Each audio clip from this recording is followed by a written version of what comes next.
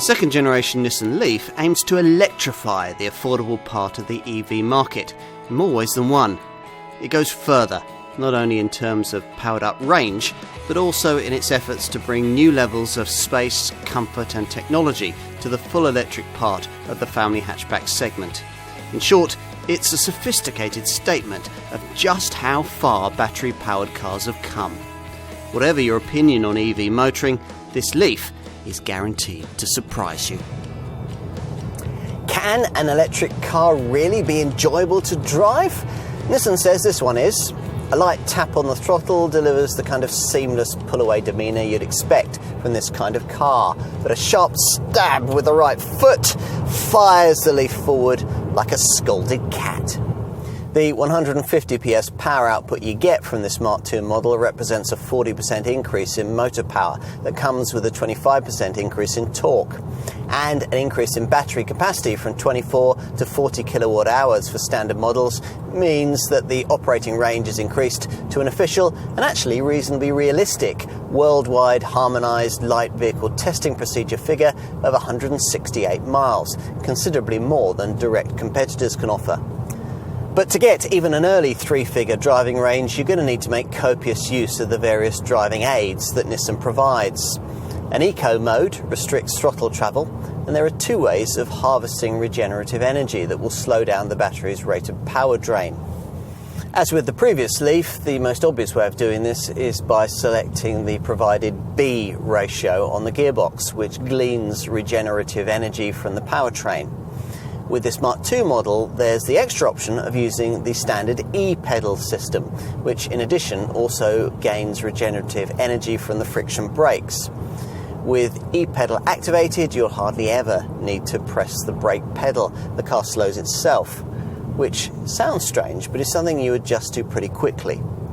Greater chassis torsional stiffness means that handling is considerably better than the original version of this model could offer, and further aided by reworked steering and Nissan's intelligent trace control and intelligent ride control systems. Plusher models get the brand's suite of Pro Pilot semi-autonomous driving aids and the Pro Pilot Park system, which can slot you into a space at the press of a button. You'll want to know about charging.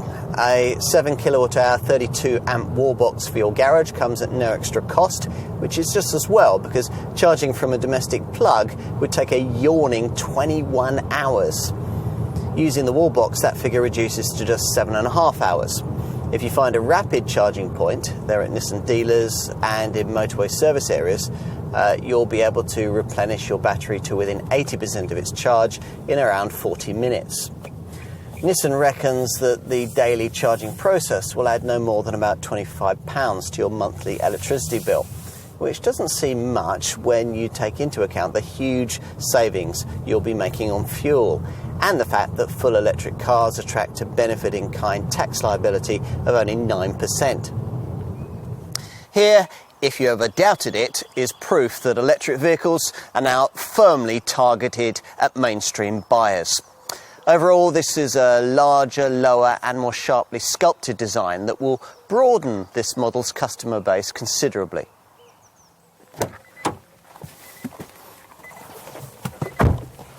Buyers moving into electric vehicle ownership for the first time will also find the transition easier once they get behind the wheel. There's a high-set, SUV-like driving position, but otherwise the feel seems at first glance very much as you get in any ordinary family hatch.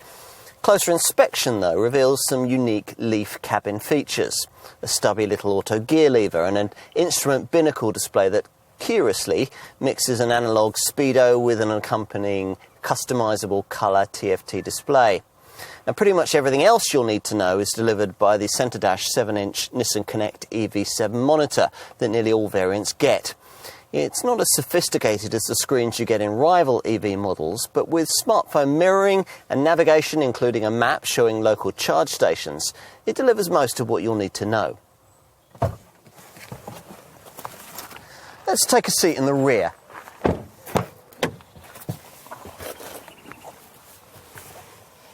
Bottom line, No other EV on the market can offer you more rear seat space. The bench back here can comfortably accommodate a couple of adults, and 3 kids will probably be fine too. Taking 3 large folk, though, is made difficult by the prominent height of this centre transmission tunnel.